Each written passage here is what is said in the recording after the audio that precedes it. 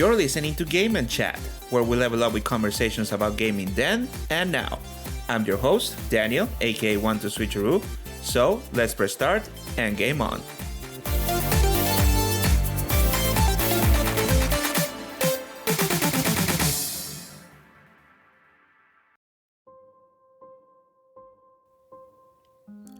Welcome everyone to another episode of Game and Chat, streamed directly to your favorite podcast platform.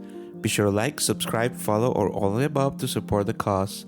And with that being said, it is time for the next episode. We made it to episode 6. Welcome everybody once again. Here we are debating, discussing, ranting, whatever you want to call it. And today, it's a special one.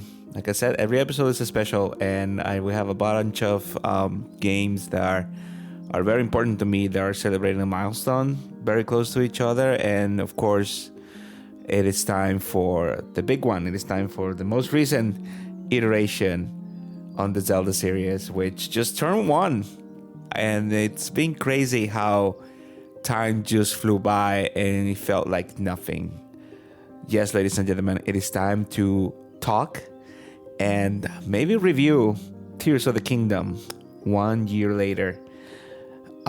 This game, I don't even know where to start, to be honest. And it's just insane how big and massive and groundbreaking it was when it came out. Especially after, of course, Breath of the Wild is where everything started. And this is a sequel, so yeah, the impact might have not been as big.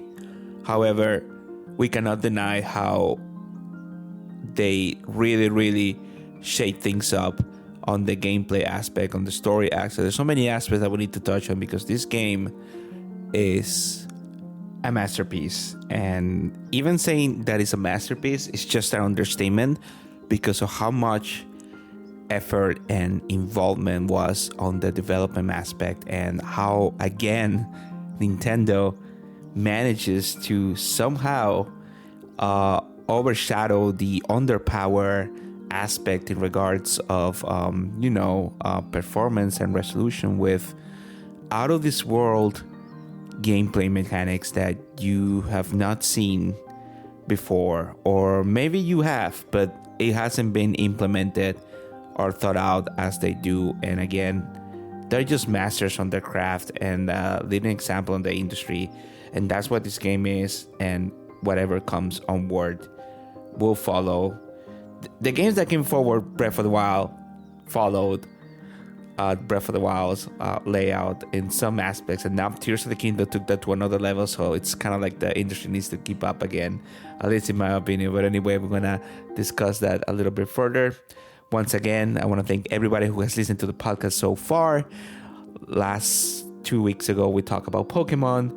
And then before that, we touched on the very special game that was Majora's Mask for me, which again is on my top 3 games. And I want to talk to more than my top 3 Zelda games and games in general, which is The Legend of Zelda, Tears of the Kingdom. So I hope you guys join me for the ride. And we're going to get started right away, because right now we're going to do our very official, quote-unquote, review of a game here on the podcast. So welcome everyone to episode 6 of Game and Chat, a year worth of tears, the Tears of the Kingdom review.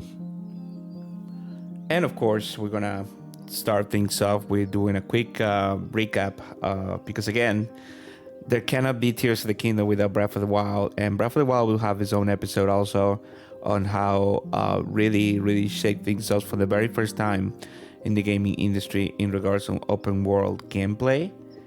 But also we need to think about, like, especially the development time, because we had to say that this game was a lot of time I'm talking about Tears of the Kingdom now. This game was a lot in the dark in terms of reveals, teasers, or any sort of information. Even more so than Breath of the Wild. I mean, Breath of the Wild, of course, it was because it's a brand new game. So everything that you will see is brand new. Development took 5 years on Breath of the Wild since Skyward Sword came out. And it took them 5 years to like develop and tweak, which is kind of an achievement in itself, that they managed to pull off this caliber on the first on the Wii U, and then they had one time, which probably was the year that got delayed from 2016 to next year, to be able to put it on the Switch as a launch title, which, I mean, contribute to the success of the Switch in the very first place. But to come up with this idea of a truly open world aspect that is not about just going anywhere, because yes, we had open world games before. We had open world games since like previous consoles. I mean, GTA is one of the perfect examples of that, since they've been doing it since the PlayStation 2. But it's just that the interaction of things and how everything in the world had a basically like a purpose, and it would like work or behave as intended with every interaction that we did. It's what makes this game magic. And Breath of the Wild was an amazing first time experience for us to like get a glimpse of that, you know, like small little things like cutting down a tree and the direction the tree is falling down, wood mechanics, if you put that tree on the water, how the buoyancy will make it float, how the fire, the wind, the grass behaves, like it just everything, the animals in the world. It's just great. I think Breath of the Wild was amazing, and it was, you know, no pun intended, a breath of fresh air when it comes down to gameplay mechanics and just world setting in general. And after we experienced that and been replaying this game and like saying that, hey, nothing's gonna top this game, and now how do you top that? How do you overcome one of the best games ever made, if not the best game ever made, and make it better? And then in 2019 we got our answer. You just make the sequel. We got that on that sweet Nintendo Direct of 2019. Was it 2018 or 2019? I'm not sure. It was the Direct. It was one of the best Nintendo Directs of my life, because I got Banjo-Kazooie on a Smash, and then right after, we got the announcement of the sequel to The Legend of Zelda: Breath of the Wild was being in development, which was, well, I remember end up being like lightheaded because how much I screamed and like got excited. It was a wonderful time. But anyway, since then we knew that they were working on the next game, and then that's pretty much everything we got until probably like a year and a half later, when we got that first teaser of Link. Wait, was it that Link running around first, or was it the Link just diving? I'm not sure which one's the first trailer. But anyway, like I said, we were in the dark for so many years, and even in between like trailers, that there weren't as many or as Breath of the Wild at some point, but we were so in the dark because, again, how do you top a masterpiece? How do you top greatness? And not only that, like we're talking about, like this is a sequel, right? So there was a lot of skepticism going with this. Some people like me will be like very thinking, oh yeah, I mean I love this Hyrule, I love this like gameplay and this like world, like I want to keep exploring it, and a sequel I wouldn't mind because I really loved it. And but others will just want to move on to the next stage, like, hey, what's next, like what's the new setting, what's the new gaming mechanic? And that's completely fine, because, you know, we hold Breath of the Wild to such a high standard that sometimes, like, even doing a sequel is like the Ocarina of Time and Majora's Mask story. Like, once you make to a game, you want to compare it immediately to the predecessor. And yeah, there's going to be preference over Breath of the Wild, there's going to be preference over Tears of the Kingdom, that's completely fine. But I feel like it's more of a challenge for development, in my opinion, to really revamp the gameplay aspect on a game that occurs in the same setting as your previous one. So that's where the big challenge was. And, you know, for a matter of fact, I mean, it took 6 years for Tears of the Kingdom to come out, which is a year more than Breath of the Wild. And that is, some people might say it's insane because, oh yeah, but they're just reusing assets. They're just like, it's the same Hyrule, it's the same graphics, it's on the same console. Why are they taking so long? Well, you goddamn know why they took so long now, huh? But anyway, it's just, you can see now like how they try to rework this in such a wonderful way that, yes, we had to wait a couple of years, but God, it was so worth it. It was so worth it because of the huge sheer amount of content that they were able to put out on a game that was already big, it was already massive, and they basically double, maybe triple, no, double and a half. This guy is not too expensive, but it basically doubled and a half on a Nintendo Switch, which a lot of people, again, consider underpowered, but sometimes it's just to know how to work things around it and make things work even when your console it's limited. And again, no one knows their consoles better than Nintendo and its own developers, so that's why normally their games are a huge hit, like most of the time. I mean, we cannot deny that. And Tears of the Kingdom is just a better example of how can you improve performance on the same hardware, on the same game that you released 6 years ago, and that's just incredible. And you can see it right off the bat when back in GDC in March, they were just like talking about how they implemented the new stuff, like how they were starting, like, got inspired by all the craziness of clips and videos that people were putting about Breath of the Wild and all this crazy stuff that they were able to pull off in that game, and realized that, hey, we might have something here that can work for the next game and let us expand a little bit more upon the world of Hyrule. And people somehow, they were using magnesis to fly across the map, or they were like using motor rotors to like power things up. And like I said, we see it, like you see on like the footage of GDC how they were using the Breath of the Wild, and they started experimenting, attaching items to it. And that's how Ultra Hand came to be, and then how they can use the same with the weapons, and then Fuse came out of that, and it's just wonderful. And everything that expanded upon that is simply like amazing. And this is just talking about like from how the rework stuff in terms of gameplay per se, but then we move to like the story and the characters, and characters that were memorable. And of course, this allegedly, I said quote unquote, being 7 years after Breath of the Wild, literally, it's great how these characters like evolve. Yeah, there might be some like misunderstandings with like, some people might not be remembering Link and all that, but again, these are some sort of like continuity issues that it's going to happen everywhere. So, at this point we just need to just deal with that.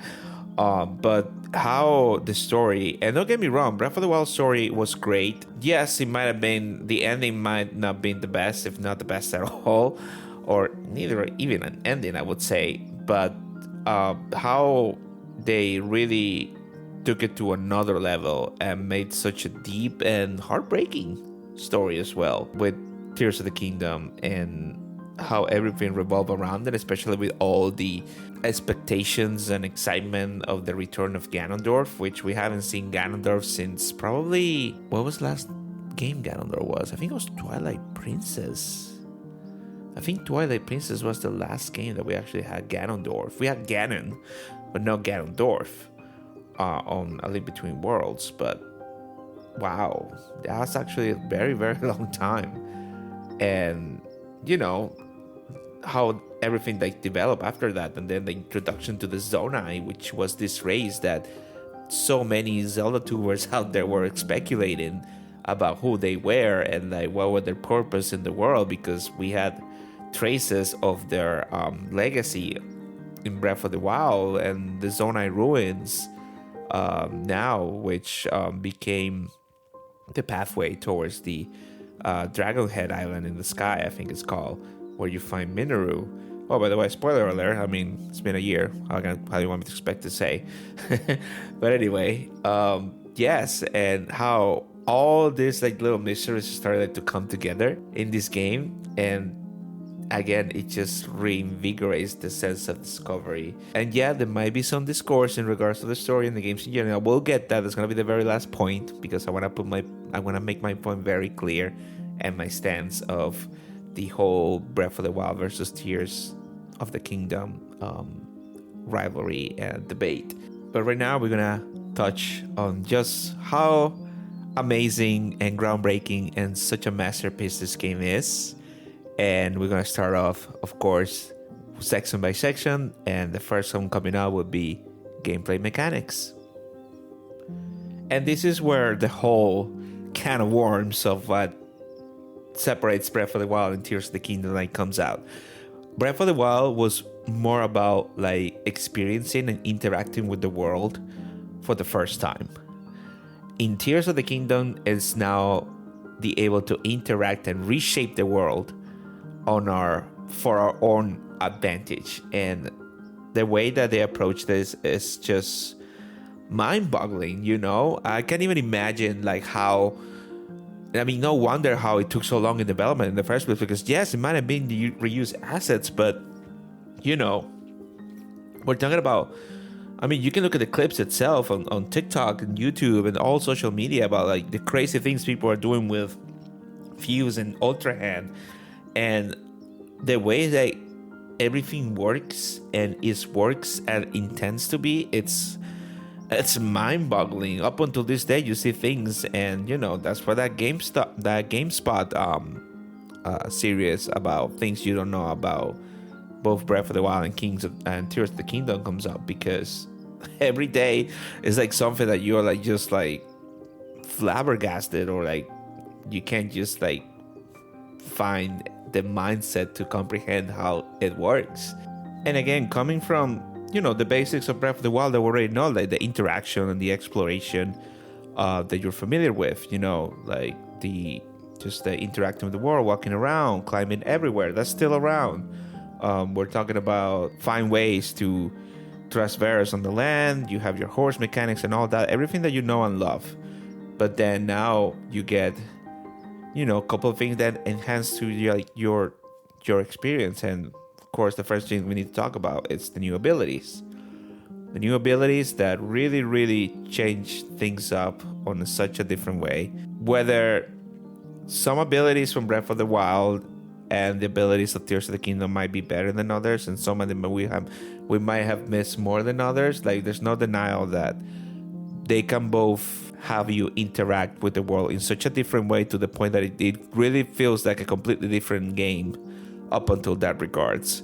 I remember the first time I was playing Tears that I would like miss Stasis so much. So freaking much. How convenient Stasis was. But then, once you start mastering the perks of like Ultra Hand and even like Recalled, and it's just great. You can really I try to compare them, but you cannot compare, because they work in such a different way that it's very hard, because you can address a puzzle one way, but then another person can address it a different way. And that's the beauty of this game's gameplay mechanics, is that the mechanics are there. There's the button layout and the instructions of things that you need to do, but the way you can approach things is so different from everybody. I don't think everybody has approached a shrine the exact same way 100%. You might have seen a video and do so, but I'm sure there's some like a little thing of personal like touch that you did while beating that puzzle. How the shrines here are actually so much well thought out, based on the mechanics that they teach you really, really well how to do, to the point that for some people, and that's completely understandable, it might sound a little overwhelming. This game is big. This game, it's like I said, a double, almost triple the size, and possibilities were endless before, so now they're even more endless now. And some people might have affinity with certain abilities. I loved from all the abilities, I think, ironically enough, Ascend has get me out of trouble. a lot of times, but not only until I actually managed to figure it out that I can combine all of them to make them work somehow. And that's the beauty of it, because I feel like Breath of the Wild, like, you knew which ability to use in certain cases. Sometimes it's just the only ability that you had to use in certain aspects and in certain parts of the game. Whether in Tears, there's different ways you can approach something. You can either use recall on a platform and move the platform around before so you can reach out like to the other side of the lake, or you can grab the rat that is passing down the river and use recall on that, and then use the reverse flow of time to get across, or you can use attach spring to your shield and make the jump and go across the river. Like I said, so many different ways you can approach this game and all the challenges that put against you. And every day that you see a different gameplay from somebody else and how their thought process and how they solve that puzzle, and then all you can ask yourself is like, why didn't I think of that? Some might have been more easy or more complicated than others, but at the end of the day is you have an objective, you just need to achieve it. I don't care how you do it, just get there. And that's the beauty of it. Exploration, I mean, the world itself like expanded now with not only just the surface of Hyrule, we also have now we have caves all over the place, which was kind of impressive that they were just like missing from Breath of the Wild before. I feel like it could have been like a couple caves other than like the default caves that would lead you to like a shrine or something, but now we have all these full structural caves that make sense in the world and the exploration, and the rewards also, because now each cave has a bubble frog and you need to like kill them in order to get the bubble gems so you can get your new outfits from Colton or Kilton. I keep swapping them both. And then not only that, but then of course you have the sky and like the way you can traverse to the sky. People creating these crazy vehicles with the Zonai devices. The Zonai devices are amazing, by the way. Some people might find themselves against it, and again, one thing that can be overwhelming from this game, it's the crafting, because the possibilities are endless to the point that you can get overwhelmed very easily. It happened to me a lot. It happened to my husband a lot, and it's but once you manage to figure it out and make something work, that's the reward. That's when the frustration a little bit can like wind down, and how you actually made your thing that you were thinking of your mind work and seeing a realizing game. It's kind of like game development within the game, sort of kind of thing, because at the end of the day, like if you understand the physics of an object that you were trying to use for a certain purpose in game, that object has to work perfectly from the get-go. So kudos to the developers. What a wonderful thing they managed to do with this. But yet again, the whole, like I said, we're talking about how do you interact with the world and how do you reshape the world with all this arsenal.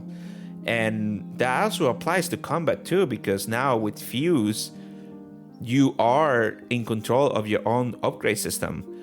It's not about finding like weapons that are stronger than others.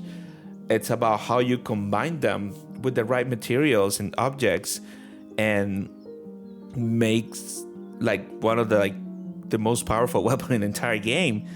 And one thing I would say, the decay system, I'm not very fond of. I feel like it doesn't add anything to it, but I guess they do that because they want to make you try the fuse ability with the different parts. And that's one thing that it really improved on itself upon Breath of the Wild, is that all those collectibles, all those like parts that you get from like monsters and like the environment that you collect, that actually have a purpose. They have multiple purpose other than selling them. I mean, the gems, for example, yes, you can sell them and get a lot of rupees for them, but now there's such a powerful magical weapon that you can use at your disposal, and it's just awesome how you're able to do it, and to fuse it with the arrows too. Like now we have different kinds of arrows. We went to having 4 types of arrows to now infinity types of arrows that we can use for different purposes. Yes, I mean, sometimes you might feel like you're missing like your elemental arrows like by default. I would say the only one I would miss from Breath of the Wild are the bomb arrows, because those were very specific, and bombs are not very abundant in this game. They're actually quite hard to find, and arrows too, which I kind of, because arrows now became so essential part of the gameplay. On Breath of the Wild, you can just break a metal box and it will have like 20 arrows inside. Here, you break a metal box and it will have 1. That's how important they are. And yeah, it might sound like kind of frustrating at the beginning, because it's like, oh, I want my arrows, but then the arrows are such a important part of the game now because of the fuse technique, and they really like make it work. But I feel like finding an arrow is like almost as good as like beating a temple or something, because of how valuable they are. And they understood that when implementing the fuse ability and combining them with the arrow tips. It really made them feel like a very valuable item. And you know, just all the objects in general, how you can do, you know, like the light bulb arrows to help you like light up things from the distance in the depths, the mid arrows that you can just shoot down and distract a bokoblin while you like sneak strike in the back. It's just great. And you know, I get a smile on my face every time I talk about it, because you try every different kind of fuse and like you get different results, and it's amazing. The sense of discovery and wonder of this game is just never ending. And speaking of sense of discovery and wonder, I would say yes. I mean, the sky is great. One of the best tutorials in game, I would say, is the Great Sky Island at the very beginning of the game, and like how to introduce you to the abilities, and like with the 4 shrines, you know, very similar to Breath of the Wild, but it was such expansive. And then how they addressed that, and then let you to, after you're ready, just to plop down to the surface and use what you learn and make the world of Hyrule your own, basically. But to think that Nintendo was hiding one of the best kept secrets in any game is the fact that they had a whole dystopian apocalyptic version of Hyrule right below. And when we see that crater and when we start flying down there, because, oh, what is this? Just a little cave. And then you hear that huge horn. And then you find yourself in the depths. Oh my God. And then you see that it's just as big as the main map. And this is one of like, if not one of like the best discoveries of like gaming that I ever experienced in my life. I'm gonna be completely honest. Like, I mean, looking back now, like, yes, it might feel a little empty. There might not much like going on downstairs other than like, you know, harder bosses. But just the fact that they were able to squeeze that in on a Switch cartridge, on a Nintendo Switch, without any loading times, you just plop yourself down. You can just plop yourself down from the Great Sky Island to the bottom of the depths in one shot, no loading times. Unbelievable. Unfreaking believable. How the exploration changes like in the depths too, with the whole gloom mechanic, and how it starts like eating up your hearts to the point that you can't recover them unless you have a Sundelion based meal, or you go back to the surface to restore your hearts, or you find a light root. It's like a whole different like game and system, and how they implemented that, it was just like, are you serious right now? I don't know. Every time I think like with the first time I went down to the depths and then I see the whole map and all the work I had to do was, oh yeah, just the skies in Hyrule. So yeah, they expanded a little bit. I'm sure this game's good. And that's where the game picked for me, when that passed. And then of course, all the points of the story that we're going to talk about in the story section. But that alone was just great. And like I said, how it's like a alternate version of Hyrule, but like in the depths. So basically, where you have lakes, you have mountains. and vice versa, something like that. Like all the bosses and the monsters are covered in gloom, so you need to be extra careful, especially in the beginning of the game, because it's going to start eating up your hearts if they touch you. The gloom all across the floor, they need to find yourself a way how to transverse, and then you start experimenting, fusing things to your shield and like shield surf across from it. And like I said, it's just how the world makes you think outside the box and be able to interact and think of how to transverse and how to overcome the challenge, which at the end of the day is one of those games that it makes you feel smarter. It's like, I feel very smart after figuring this out. And you know, it's when you get that little exploit of creativity on you, it's you have a sense of like joy and gratification for doing that. And that's one of the things I love about this game, and like how the gameplay mechanics like play upon everything basically. And it's one of the most memorable experiences I will ever have in my life. And from this point, I want to touch on the next section of this review, and it's the visuals and the sound design of Tears of the Kingdom. And we're going to touch on a very, you know, it might sound relative because you would say, but hey, Daniel, it's the same Hyrule, it's the same Breath of the Wild engine, it's the same. But actually, funny enough, I think, if I don't recall, I don't think it's the same engine as Breath of the Wild. I think this was made on a different engine. They used the same assets, but I mean, and I was looking at it, I was actually making this comment to my husband the other day. We used to, while we're just hanging out at home, we used to have like YouTube playlists of like Zelda, Breath of the Wild, or Tears of the Kingdom, and like, you know, some like music theme for background stuff or while we're doing stuff. And you had the imagery or where you at, whether it's Zora's Domain, Hyrule Field, you know.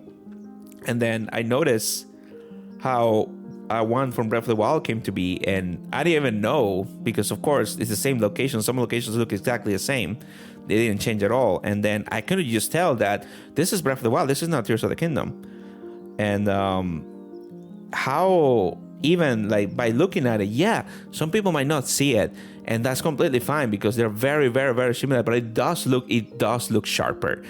The textures are a little bit more. I think the lighting changed a little bit. I feel like Breath of the Wild has some sort of like filter on it that made it look a little, I want to say blurry, not blurry, I don't know if blurry, like cloudy, like foggy kind of thing.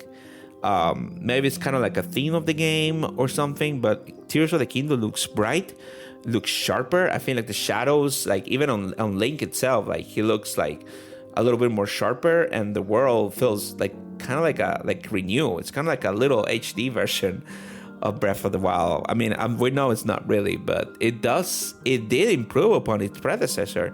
You know, it's very more accomplished in the fact that they managed to improve a little bit, just a little bit, the visuals in regards to Breath of the Wild, and, you know, put all this whole content in it. And again, stuck it into the Switch 7 years later with so much technology. I mean, that's also true. There's the technology leap has been crazy from the past 6-7 years. I mean, on 2017, AI wasn't even a part of the conversation.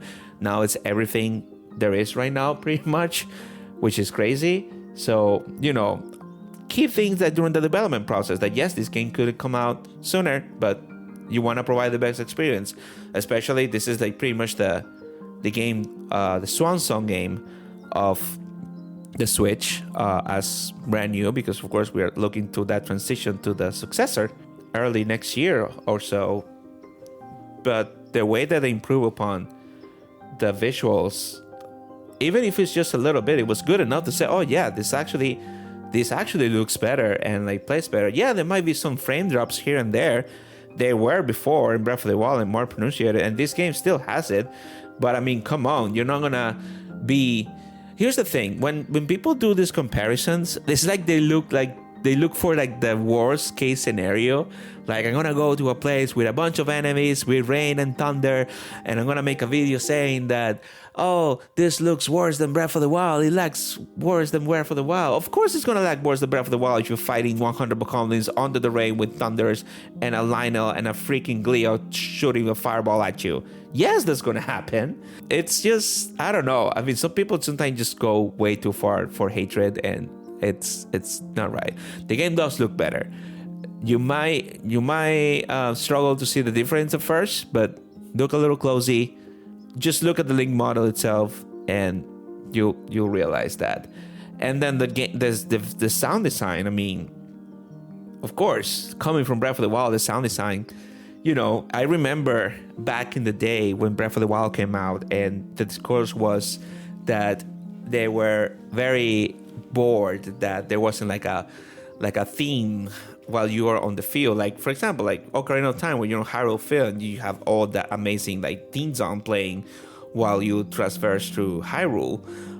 But, you know, they call it game design and sound design for a reason. Like Breath of the Wild, it's a game that is all about being in nature, and that's why the game is very subtle with like the music while you're traversing on the world, because you are connected, you are in this world interacting. So it's a sense of immersion that they need to keep up.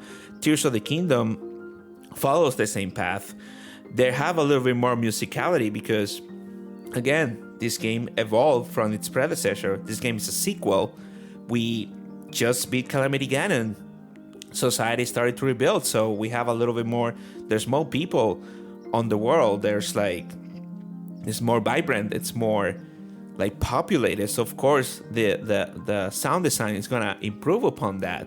It's still wonderful how cue sounds that they did, and like how they were able to, even with Ultra Hand and Fuse and all the creations that people made, they were able still to like compile all this and design the sound for these like objects and creations that people made, and made it sound as natural as you would expect in real life. And again, sound design amazing, like how during specific quests of the game the music might either like tone down or ramp up depending on the circumstances. Again, I'm gonna go back to GDC. That GDC convention was amazing, guys. It's on YouTube. Please watch it. You will understand. It will give a little bit more of perspective of like why Tears of the Kingdom is the great game that it is, and how these developers managed to pull out this wizardry out of their pockets. But anyway, they were explaining, like, for example, on the shrines. When you go on the shrine, and I think this actually was implemented on a lower level in Breath of the Wild 2. They say that as you progress through the shrine, they have like 3 different, like, let's say, track sections that the game will vary depending of the circumstance. So for example, if you're taking too long to figure out a puzzle, the music will start to tone down a little bit. They did this, they said, to allow the player to like concentrate a little bit on solving the puzzle without paying attention to the music. If you're just like blazing through the shine, that the music will be just as it is from the very beginning, because Link is in movement and it's like doing what you're supposed to do, which is solving the puzzle as intended right away. And that alone like sets a lot of all the thought process that these people put into their games. It's not just, oh, just make a music for the shrine and that's it, and it's gonna play like on a loop. Like, yeah, that's what it used to be back in the day. But like everything has a purpose. How even the fact that if you are, for example, reaching towards an enemy, and then the battle thing starts coming up, and then let's say you duck behind the wall or behind the box without looking directly at the enemy, and how the music starts to muffle a little bit because you're actually hiding and you don't want to make a sound. Like those kind of things I'm talking about, that sound design is. Sound design is not just put a track and be done with it. Like the composers will do their job and they will like do whatever they need to do with the aspect of the game, but it's like the sound engineer, the sound designers, on how they implement those sounds to make them feel alive and part of the world. It's, again, another wonder, another amazing thing that they were able to do to make this game feel even more and more alive than it already is. And of course, not to mention that the themes, the new themes of the game, you know, the Sky Islands, such a like tender, ethereal theme while you're up there that really makes you feel like you're in the sky, like sort of like, oh, I'm in heaven, something like that. And the depths when you go down is everything so eerie and dark, and like you're gonna get jumped on at any time for either frogs or armor. Like, no, it's very, at first it was a little like nerve-wracking to be down in the depths, especially if it's like completely dark, that you don't have any visuals other than yourself. It can be very, very scary, especially when you realize that you start losing life and it turns out you're stepping on glue the whole time. You don't know exactly what that is. It's just great. And that extends also to the temples themes. And just a quick parenthesis, because I forgot to mention this on the previous section. Temples are back, sort of, which is great. I feel like it really brings the Zelda series a little bit home when they added the temples. Yeah, they're not as intricate or as deep meaning that other temples may have in the past, like Ocarina of Time, Skyward Sword, anything like that. But they did a really good job, and the musicality on these temples, actually, it's great. Just like at the Divine Beasts, the more you advance in the dungeon, you get the music ramps up a little bit, and there's another note added or another stem, and then becomes the whole thing complete once you're about to face the final boss, and you listen, for example, little reminiscent of like past themes from Breath of the Wild included there. And it's great because, like, again, it takes you back to the Breath of the Wild. It's kind of like a remix moment there, and that's awesome. Music in games has always been my favorite. That has to be like an episode on their own when I talk about video game music in general. But when it's well implemented, like in here, it really, really makes up for the entire game. The game can be amazing, a 10 out of 10 experience. With the wrong theme or sound design, that could literally like put the game on the garbage for me. And that's why it's very important. People appreciate your sound engineers and music composers. They make the game's atmosphere the way it is because of them. So they're very important in our gaming industry. And kudos to all of you who work really hard on this area and have success every step of the way. And now it's time to talk about one of the big elephants in the room, because this is something that has brought has a lot of mixed reactions in the Zelda fandom and gaming fandom in general, which is the narrative and themes of the game, the story, basically. And I have to say, of course, spoiler territory now, people. So if you want to skip, go ahead. If not, then ready or not, here we go.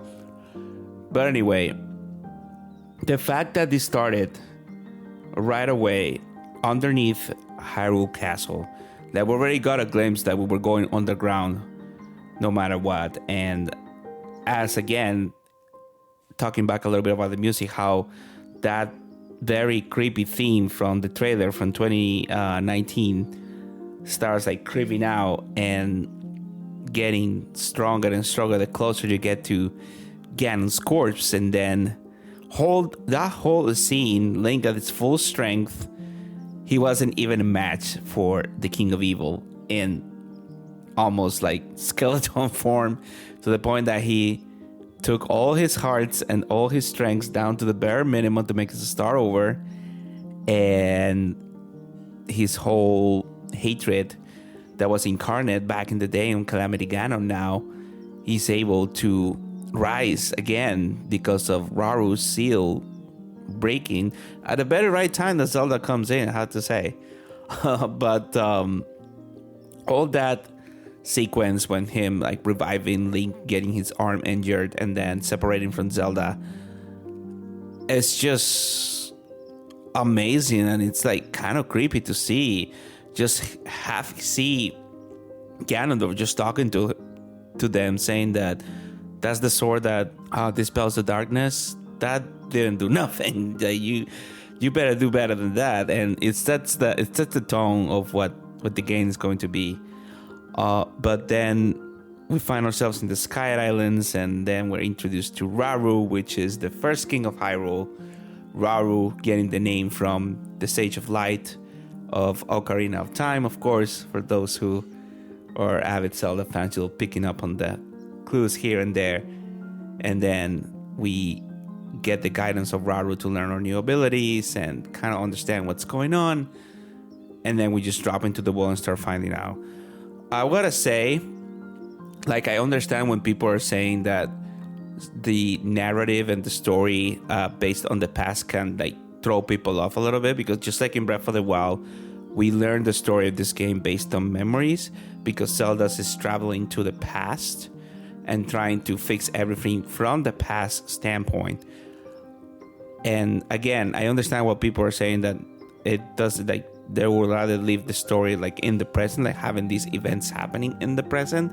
And I think that's the biggest drawback, that if there were a DLC for this game, which I highly doubt it will be, a playable Zelda living on that period will be amazing. But you need to think about that. That would have to mean that they would have created a new Hyrule, basically, because it's the Hyrule's from the creation of time.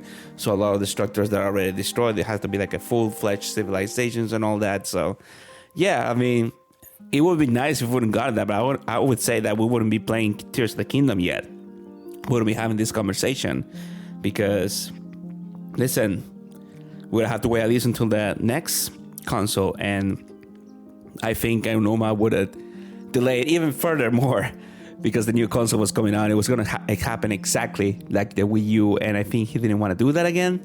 So yeah, let's leave that on the realm of theories. But then we start to transverse in the world, and we see the phenomena that are happening in all the main 4 regions, and how we reconnect with our past companions, Sidon, Riju, Junovo, and Tooling. Surprisingly, Tooling being the chosen to be the Sage of Light instead of Teba. Everybody thought Teba was going to be the one, but then he took over Rito Village, and Tooling showed himself to be very brave and like very skilled with the bow, even more than his father, that now he owns up to that duty. And then we start going and try to resolve the conflict on each town, which, by the way, I have to say my favorite of all the 4 of them has to be, like many others, the Rito one, just because that just like ascension to the heavens via the ship with their trampoline sails, and like trying to figure out how to like keep going upward and upward, especially if it's the first like dungeon that you choose to go. It's gonna be a hard one to reach, because you don't have as much resources. I feel like if you were to leave that by last, it wouldn't be make as much of an impact as it did. I guess the order might actually affect that, but if you do it first, that's quite the effort that you need to put in order to get up there. But anyway, and that whole like sequence of like going up and up and up inside this like tornado, this like cloud cyclone that is covering the temple, and then finding Colgera alone, like how we got that glimpse of that first like big boss, like back in the days of the linear Zelda games that came before, and not just the mech version of Calamity Ganon, but with different weapons. It's just awesome. That really felt like when we got there, that it really like hit home, that oh my god, we actually like getting like the Legend of Zelda experience, but with the Breath of the Wild, Tears of the Kingdom setting, I would say. And it's great. All the boss fights were fun, I have to say. Speaking of the boss fights, I would say like my favorite would have to be, I mean, of course, Ganondorf in the end. We'll get there in a minute. But from like the main 4 dungeons, I have to say Colgera, just because you're in the air, you're diving, and you like shooting the arrows, and you're basically flying along with Tooling, and just the experience itself is it's it's amazing. One of my favorite things I like to do in this game, and I say this all the time, my favorite thing I like to do in this game is just go to the Skyview Towers and launch myself up, and you see all that sequence of Link just like ascending and then start dropping down, like flying. I don't know. I love flying. Like, I love planes. I love being on the airport. So I don't know. It's just like the feeling of flying. I always feel like I get worried if I'm not well protected, but I just love being on a plane. So I kind of like have like a little kick to it every time I do that in the game, because it really, like, you can feel the sense of freedom. It's almost like you feel the wind beneath your wings, like the song. But it's great. It's amazing. And my least favorite, I had to say, the water temple. I hate to say that. It's just that the water temple itself, I think, is cool. I like the low gravity setting of the water temple, and how the mechanic. It's just the boss was a little underwhelming, and just Sidon itself, like Sidon's like power after you beat it, it's kind of like, I always have it turned off. I'm sorry, Sidon. I'm sorry, Sidon fans. It's just, it's not good. I'm sorry. It's just not good. I feel like structural wise, the spirit temple, I say spirit temple, I'm thinking of Ocarina of Time Desert. No, it's actually the lightning temple. The one with Ryu, that's the more like dungeony Zelda-like temple of the four. But I still have to give it to the wind temple, because the lead up to that and like to get there, it's just awesome. It's just awesome. It's an awesome experience.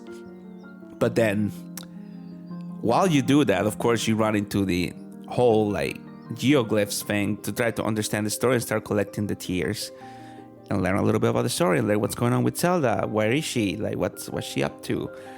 And I have to say that I don't know why the hate. I know the hate is more so on the format, but it's top 5. No, my top 3 is a little too high. Top 5 story Zelda game for me. Like, I would say maybe like, it would be Majora's Mask, Ocarina of Time, Skyward Sword, and this one. Just because it goes to a place that nobody would thought would ever been to. I don't think I've seen, and I have to say this iteration of Princess Zelda is my absolute favorite. The bravery, the knowledge, and the sense of sacrifice. Like, this is a Zelda that actually cares about Link and the people of Hyrule. Not that the other ones didn't, but there's always some sort of this like sensation of damsel in distress from the other games, despite being like a being of light that you can probably defend yourself. But this Zelda feels so well grounded, and all her intentions, she feels more relatable.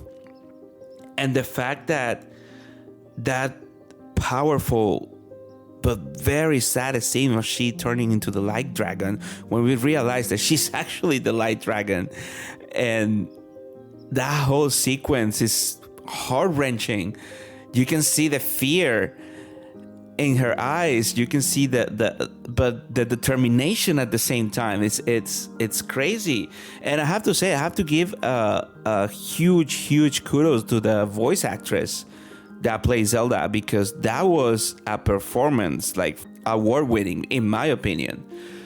We came from, I wouldn't say hating, but like I feel like Breath of the Wild Zelda was a little bit of a annoyance, but because of the dialogue that they gave to her, so it's not her fault. So, but then we got this, and we got a full-fledged like dialogue and like meaning and intentions. Like, we get to know this Zelda. Of course, we go through the fact that, of course, Zelda didn't like Link at first, and like the whole thing, and now they have some sort of a relationship now. But the character development, along from Breath of the Wild to Tears of the Kingdom, was a leap. But then during Tears of the Kingdom, as we look at the memories at the tears, it's mind-blowing. Again, it all comes down to that ultimate sacrifice, how she becomes the dragon just to restore the Master Sword. Oh my God, just to think about it like wrenches my heart. But it was just amazing the scene. And oh my God, my getting the Master Sword in this game getting the freaking Master Sword in this game is, I have to say, nothing is gonna come close to pulling out the Master Sword out of the Light Dragon. And that whole sequence, it's like, I want a frame of that picture like the size of my wall here in the studio, because that was an epic moment, and something that I will never forget. That whole scene, since she turns into a dragon, then it's the last year, so you need to go and get the sword because she's closer to you now. You feel like determined, like to help her out, and I'm just mind blown by that, and I will never ever forget. I will just replay this game alone just to relive that moment, and it's amazing. It's amazing. It's something that I will never forget, and I don't think I will ever experience again. What a moment that was. I thought like the Temple of Time or Ocarina of Time was gonna be like epic. I think this is beyond that. I'm sorry. Again, I'm sorry, Ocarina of Time fans, but this is taking the cake for me, I have to say. My point being that the character development, of course, majority in Zelda, but like in all the characters that we knew from before, going back to the sages, like Sidon now getting married and assuming the role of king of Zora's Domain, and Yunobo kind of like taking the bravery now, and like, you know, despite being possessed by Ganondorf at first, and then by breaking the spell, seeing how he went from like scaredy cat to somebody that could still be worried, but he wouldn't doubt to like throw himself to assist you, and then Tuli being so young and yet so brave to support you any step of the way, and Riju fulfilling her role as the leader of the Gerudo, and giving herself training to like fight alongside you. Like every single character, they did a really good job with them and making them meaningful. I feel like while we were doing the on Breath of the Wild, that yes, they were there to assist you at the moment, but all you can think of is on the champions of the past, but they were in the past. And this is where the story debate here kind of like loses a little stand for me, is because that is not about the game is not about the people that were in the past, which in Breath of the Wild, it was a recap of that. And then all we were saying is like, oh, I wish Daruk was alive so he can fight. I wish the Wosa was alive so she can fight. And don't get me wrong, I feel the same way too. But having these guys fighting alongside you, even up until the very end, when you are getting into the castle and you're ready to face Ganondorf, and then at the very end, when they show up to assist you with the Bokoblin army, all that is seen. It's like, you know, Breath of the Wild was a game of like figuring out things on your own, but here you're not alone anymore. You have your companions that will support you till the very end on the flesh. No through spirits, no through like powers, like on the flesh, they'll be there to help you. And that's a really, really nice thing to see. That little picture, kind of like Power Rangers, like when they get all together. I still have that on here on my computer, so I love that scene. And of course, now talking about the end game, that whole end game sequence again has to say one of my favorites, like Zelda endings in Zelda history. I would say the whole, you know, the fact that you descend down even deeper into depths where you find Ganondorf for the first time, how the music starts to becoming so epic and like dark and like creepy as you go down till the very end. Then you find the Bokoblin army with your friends, and then you see Ganondorf right past that, and then the duel begins. And you know, music again, sound engineering, musicality, composers, amazing job. That's one of my favorite Ganondorf things ever. All sequences are really, really nice. And then of course it ends the way it kind of began, if you think about it, when we surpass Ganondorf, and then he has no choice but to eat the secret stone to become a dragon himself. And then we take the battle to the sky, and Zelda is there to help us. in the final battle. And once again, epic gaming. This game is full of epic gaming moments. Like it's just like you can keep mentioning over and over and over things, and I'm pretty sure I'm gonna forget something after we finish recording this, because that whole scene, like the dragons being this massive, the fight in the sky, throwing you the orbs and you launching yourself down to hit the weak spots, and then that epic ending in the end when you trust the Master Sword in his head to break the Secret Stone in order to kill the demon dragon. Heads up with that big explosion that you would thought your Switch was gonna blow up with it.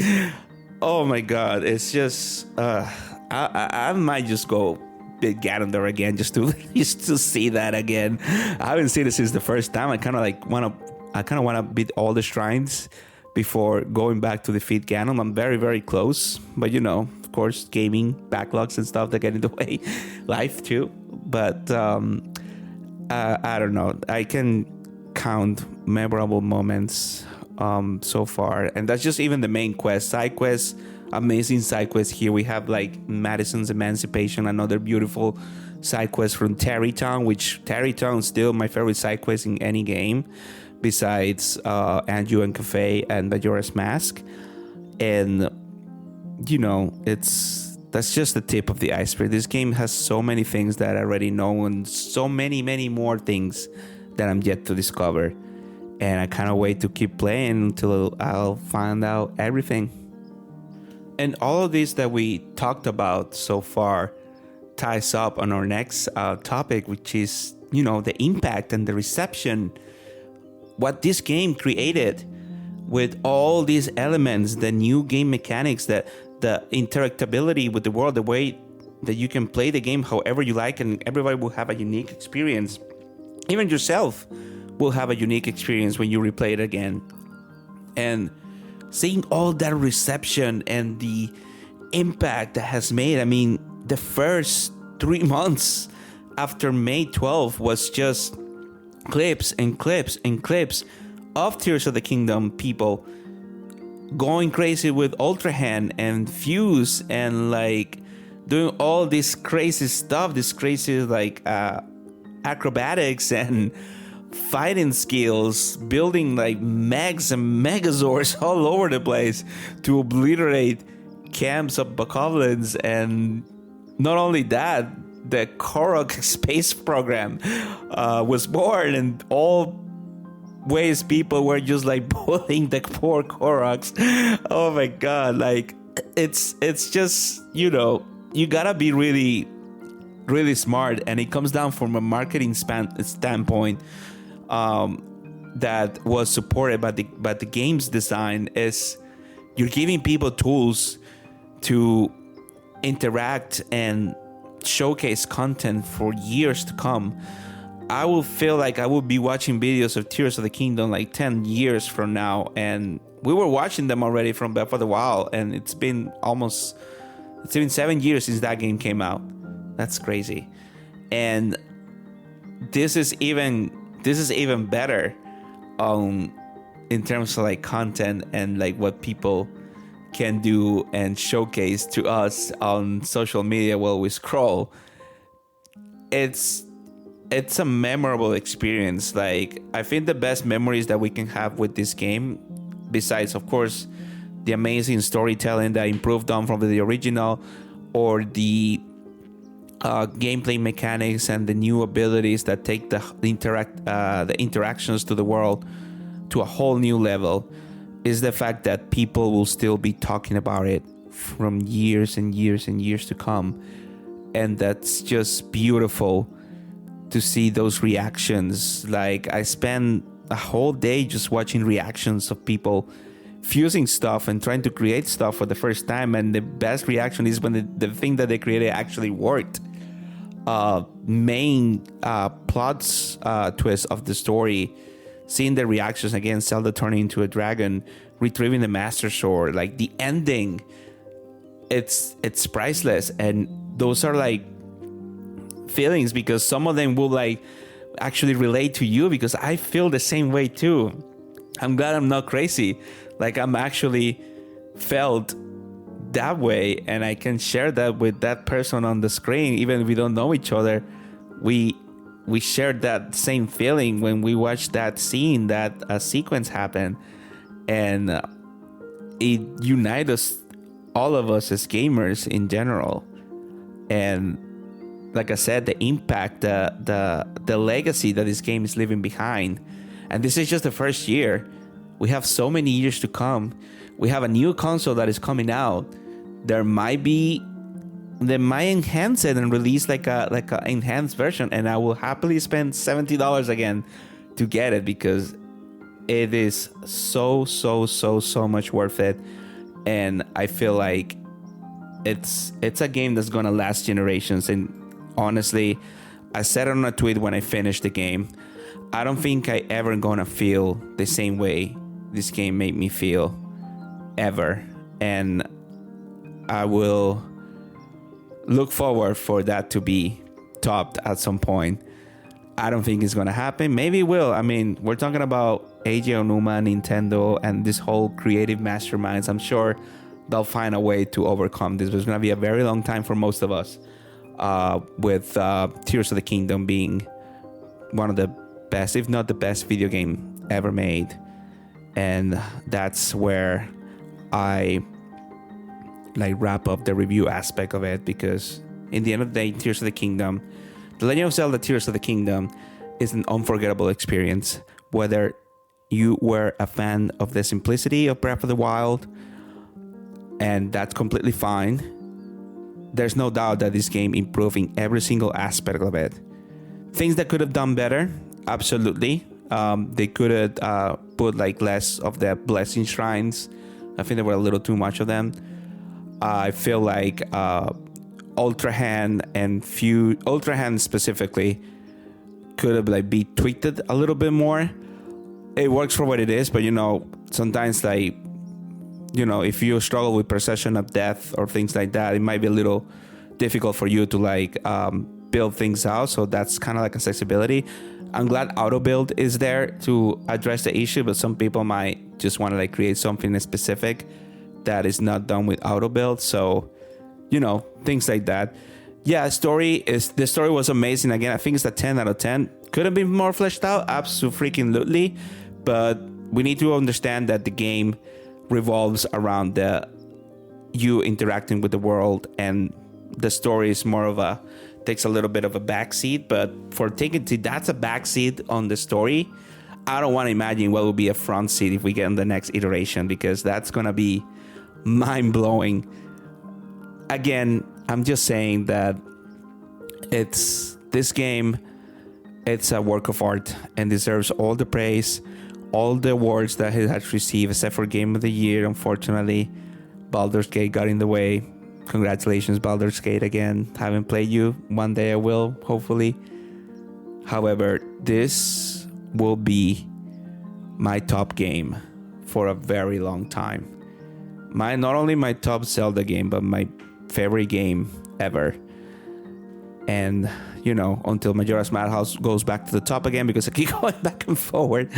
And Mario Odyssey is very close to there too. But what Zelda Tears of the Kingdom did for gaming was undeniably a blessing, and of course for other ones that they need to figure out how to get to this level. But this is an unforgettable game and a masterpiece, 100%. A masterpiece of masterpieces, I should say. And on that note, we're gonna bring this episode to a closure. But before we go, I did say something that I want to settle right here, right now in the podcast. And it's like whether Breath of the Wild is better than Tears of the Kingdom, and the whole thing that people are saying about story, gameplay, and stuff. Listen very well. Just ripping off the band-aid, Tears of the Kingdom is the better game. It is the better game. There's no questions. Like, everything that was a drawback in Breath of the Wild was improved on in Tears of the Kingdom. Whether it was improved on to the point that it was completely fixed or not, that's another thing. Because yes, some things were improved on, but they were not fixed. But the thing is, they were improved on. I know I said improve a lot just now. My point being that the simplicity of Breath of the Wild, it's the main key of that game. And I will appreciate that in different levels, because again, it introduced me to the world of Hyrule and the way that we interact with this world. And you know what? Since Breath of the Wild is very hard to go to other games and play them, because you can't climb everything, or it's very linear. I'm actually having this issue right now with Final Fantasy VII River, which I think is a 10 out of 10 game so far. I love it to death. But then I try to traverse over the world and see Cloud can like jump off a fence, super soldier, beating gods and creatures all over the place, and he can jump on freaking fence. Kind of like boggles me, and happens the same with Resident Evil and all those games. That's kind of like what Zelda Breath of the Wild spoiled me, the sense of freedom.